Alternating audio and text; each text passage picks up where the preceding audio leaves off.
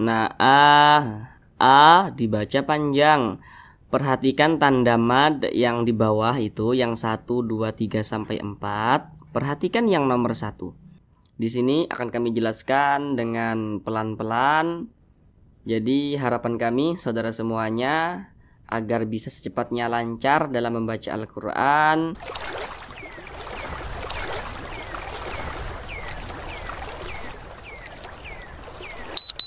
Assalamualaikum warahmatullahi wabarakatuh.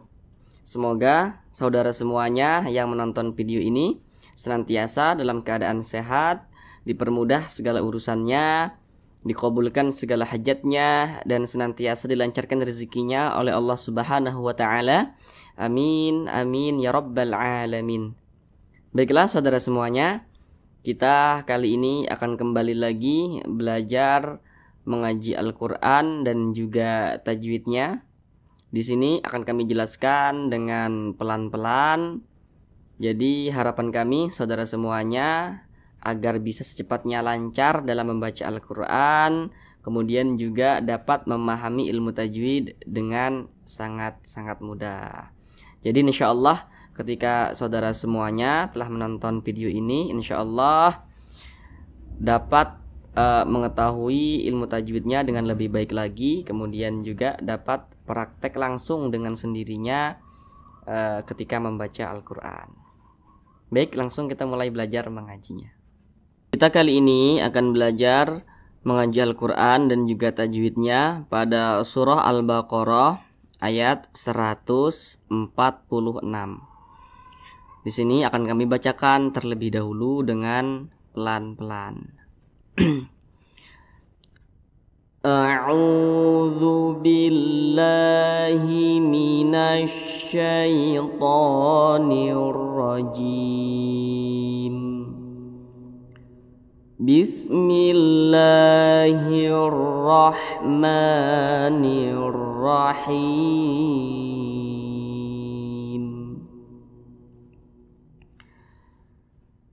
Alladzina atainahumul kitaba ya'rifunahu kama ya'rifuna abna'ahum wa inna fariqam minhum la yaktumunal haqqa wa hum ya'lamun. Baik, sekarang kita bahas tentang tajwidnya dengan pelan-pelan. Yang pertama di sini alladzi, dibaca panjang. Perhatikan rumus mad tabi'i yang di kotak warna hijau.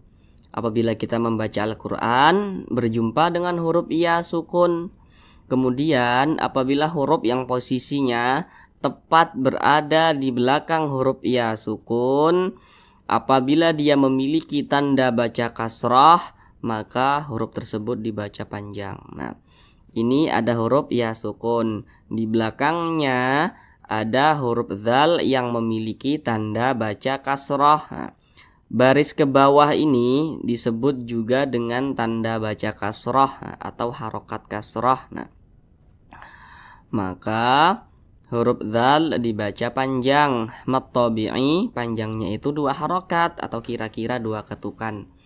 Alladzi. Nah, dibaca panjang. Perhatikan tanda mad yang di bawah itu, yang 1, 2, 3 sampai 4. Perhatikan yang nomor 1. Apabila kita membaca Al-Quran berjumpa dengan alif kecil yang berdiri di atas suatu huruf, maka huruf tersebut dibaca panjang. A ini dibaca panjang karena di atasnya nih ada alif kecil. Nah, ini namanya mad badal, bukan mad tabi'i tapi mad badal, karena ada huruf hamzah yang dipanjangkan, atau huruf hamzah yang dibaca panjang. Loh, ini kok huruf hamzah bukannya huruf alif. Nah, perlu untuk kita ingat ya saudara semuanya, kalau kita membaca Al-Quran berjumpa dengan alif yang memiliki tanda baca, maka itu adalah huruf hamzah. Contohnya seperti ini ada alif, ada tanda bacanya nih, tanda baca baris kasroh. Ini juga alif, ada tanda bacanya nih di atasnya nih. Nah, itu adalah huruf hamzah. Jadi ini mad badal. Mad badal itu kalau ada berjumpa dengan huruf hamzah yang dibaca panjang. Nah, panjangnya itu 2 harokat atau kira-kira 2 ketukan. Alladzina antaina. Nah, juga dibaca panjang. Perhatikan lagi tanda mad yang di nomor 1.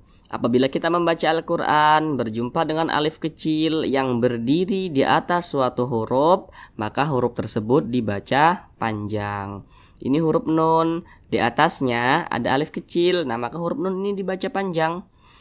Mad tabi'i panjangnya itu 2 harokat atau kira-kira 2 ketukan. Atainahumul kita.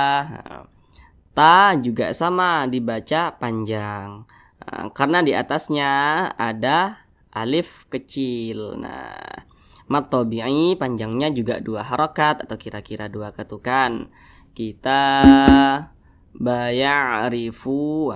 Fu juga dibaca panjang. Perhatikan rumus mad tabi'i yang di kotak warna kuning yang di tengah.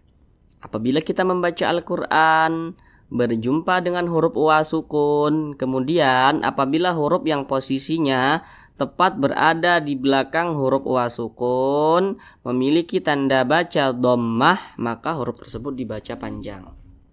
Maka huruf fa dibaca panjang karena dia memiliki tanda baca dhammah dan posisinya itu tepat berada di belakang huruf wa sukun. Nah, ini namanya mad tabi'i, panjangnya itu 2 harokat atau kira-kira 2 ketukan.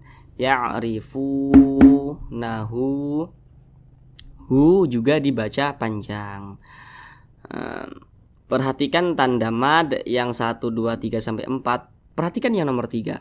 Apabila kita membaca Al-Quran berjumpa dengan tanda baca dhammah terbalik, nah maka huruf tersebut dibaca panjang.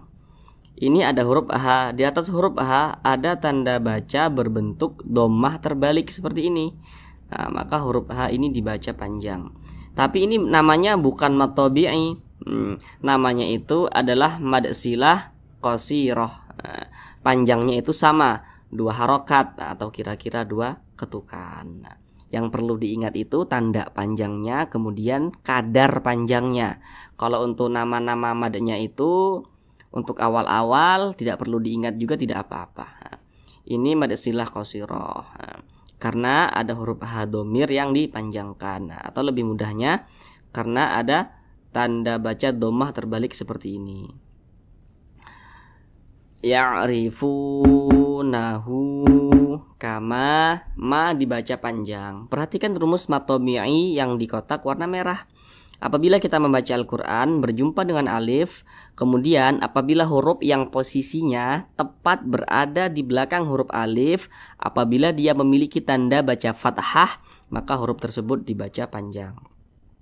Ini alif nih, di belakangnya ada huruf yang memiliki tanda baca fathah. Nah, baris ke atas ini disebut juga dengan tanda baca fathah. Nah, maka huruf mim dibaca panjang karena dia memiliki tanda baca fathah dan posisinya tepat berada di belakang huruf alif. Mad tabi'i panjangnya itu 2 harokat atau kira-kira 2 ketukan. Kama ya'rifu. Nah, fu ini juga sama. Masih di kotak rumus mad tabi'i yang di kotak warna kuning yang di tengah. Apabila kita membaca Al-Quran berjumpa dengan huruf wa sukun, apabila huruf yang posisinya tepat berada di belakang huruf wa sukun, apabila dia memiliki tanda baca dhammah, maka huruf tersebut dibaca panjang. Maka huruf fa dibaca panjang karena dia memiliki tanda baca dhammah dan posisinya tepat berada di belakang huruf wa sukun. Kalau alif pasangannya fathah, kalau wa sukun pasangannya dhammah, supaya dibaca panjang seperti itu. Mad tabi'i panjangnya 2 harokat atau kira-kira 2 ketukan. Ya'rifu, Nah, abnaahum. Nah, dibaca panjang. Nah, perhatikan rumus mad tabi'i yang di kotak warna merah. Di sini kan ada alif. Kemudian huruf yang posisinya tepat berada di belakang huruf alif memiliki tanda baca fathah. Nah, maka dibaca panjang. Nah, kemudian ini kan pada awalnya ini mad tabi'i ini. Kalau sampai di sini sampai nah cuman mad tabi'i. Akan tetapi mad tabi'inya itu berjumpa dengan huruf hamzah. Nah, tapi dia masih di satu kata atau di satu kalimah. Maka namanya itu berubah menjadi mad wajib muttasil. Nah, panjangnya itu 5 harokat atau kira-kira 5 ketukan. 1 2 3 4 5. Panjangnya itu kira-kira 5 ketukan. Abnaahum. Nah, kelewat di sini ya, kelewat nih. Di sini ada huruf ba sukun. Perhatikan di samping. Huruf qalqalah itu ada 5. Salah satunya adalah huruf ba. Jadi huruf tersebut apabila dia sukun atau karena disukunkan sebab berwaqaf, maka huruf tersebut cara bacanya itu dipantulkan. Ini huruf ba. Kemudian dia sukun atau mati. Nah, tanda sukun itu seperti ini atau tanda mati itu seperti ini. Nah, maka cara bacanya itu dipantulkan. Mantul seperti itu. Jangan dibaca seperti ini. Abna, nggak ada pantulannya itu salah, tapi harus ada pantulannya. Abna. Nah, dan dia tergolong kepada qalqalah sugro. Nah, qalqalah kecil karena dia berada di tengah kalimat atau di tengah bacaan. Abnaahum. Nah, seperti itu. Kemudian di sini ada tanda waqaf berbentuk qaf dengan lam. Nah, yang bermakna al-waqfu aula. Jadi berwaqaf itu lebih utama. Jadi berwaqaf di sini, berhenti di sini itu lebih utama daripada kita lanjutkan tidak berhenti di sini. Nah, maka disarankan untuk berhenti di sini. Tapi kalau mau dilanjutkan juga tidak apa-apa. Langsung diwasolkan tidak apa-apa. Tapi berhenti lebih utama. Kemudian di sini ada huruf non bertasydid. Tanda tasydid itu seperti ini, seperti tanda angka 3 terbalik nih. Perhatikan di samping. Huruf non bertasydid, huruf mim bertasydid, hukumnya adalah gunnah musyaddadah. Perhatikan catatan di bawahnya itu. Itu di bawahnya sengaja kami buat catatan. Nah, karena belajar mengaji ini kami peruntukkan untuk saudara semuanya yang masih awam tentang ilmu tajwid. Karena nanti tidak semua huruf nun bertasydid, tidak semua huruf mim bertasydid itu hukumnya gunnah musyaddadah. Sebab misalkan kemasukan tanwin atau kemasukan nun sukun, dia tetap bertasydid tapi tidak gunnah musyaddadah. Nah, contohnya seperti ini, Ini mim bertasydid, tapi ini bukan gunnah musyaddadah karena kemasukan tanwin. Nah, makanya kami buat catatan di bawahnya itu.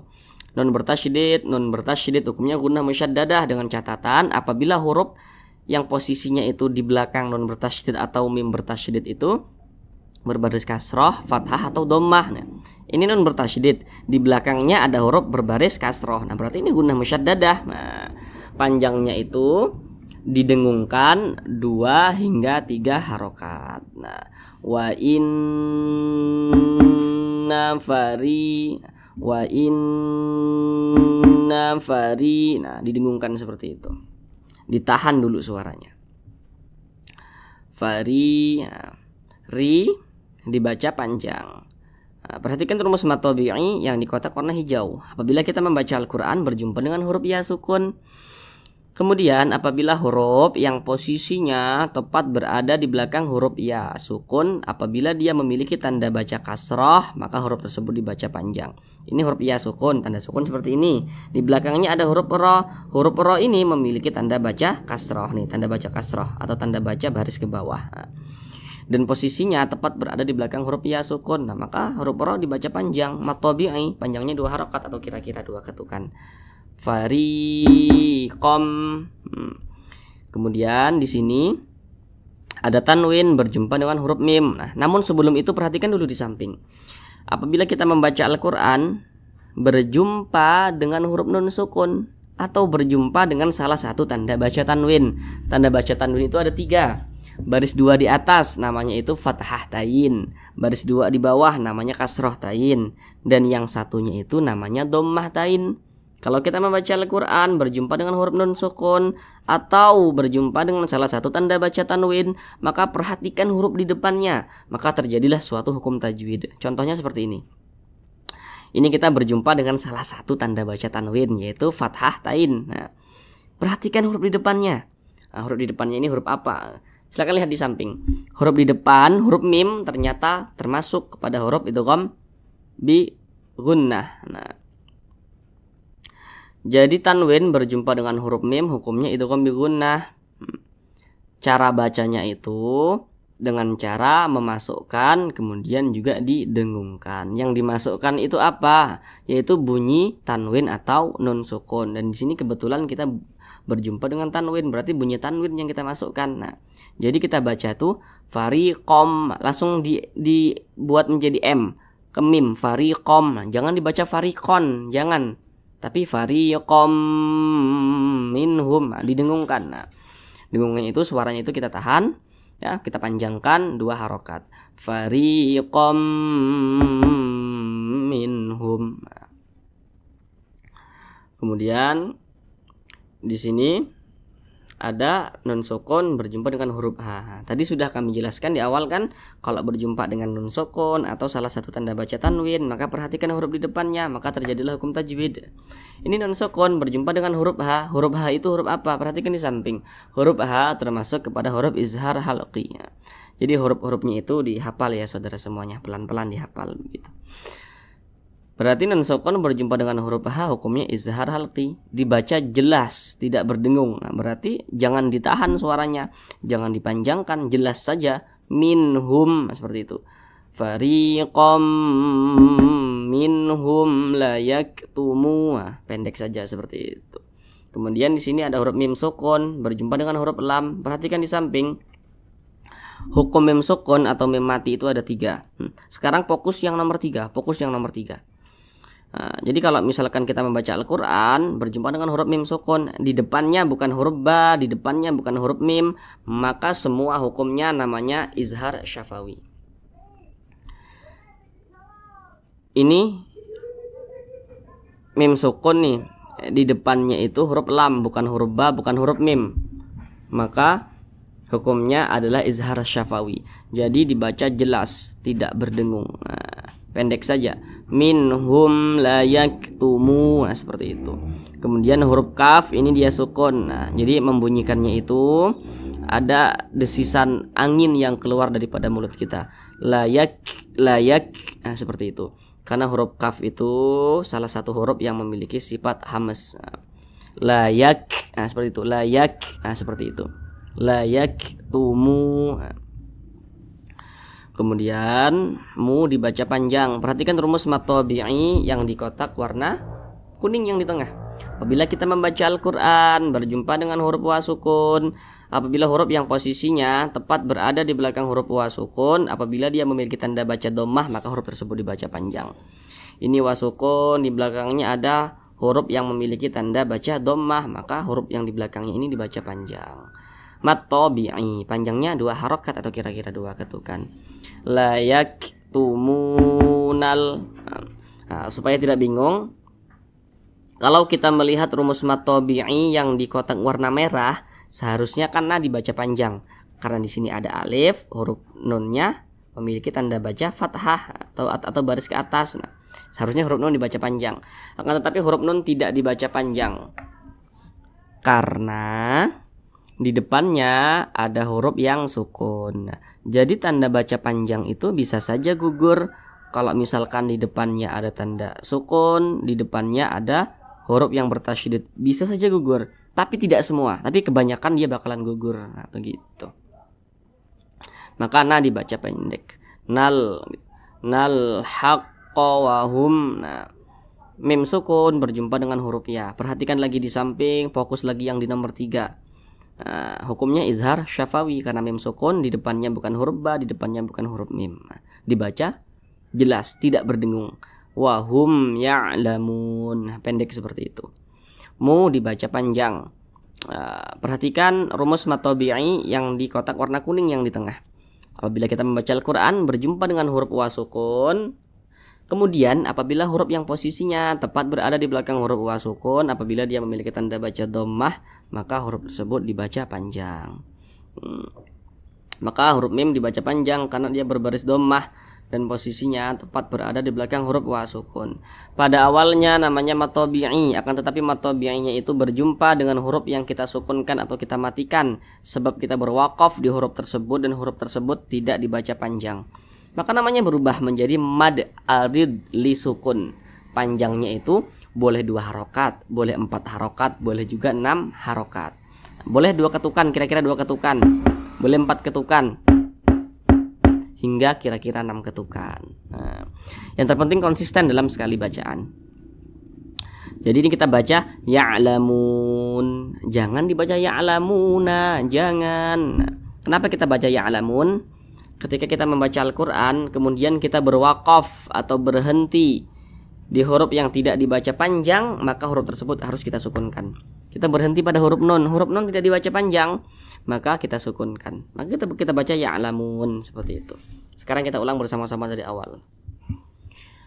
Alladzina atainahumul kitaba ya'rifunahu kama ya'rifuna abna'ahum wa inna fariqam minhum la yaktumunal haqqa wa hum ya'lamun. Sadaqallahul azim.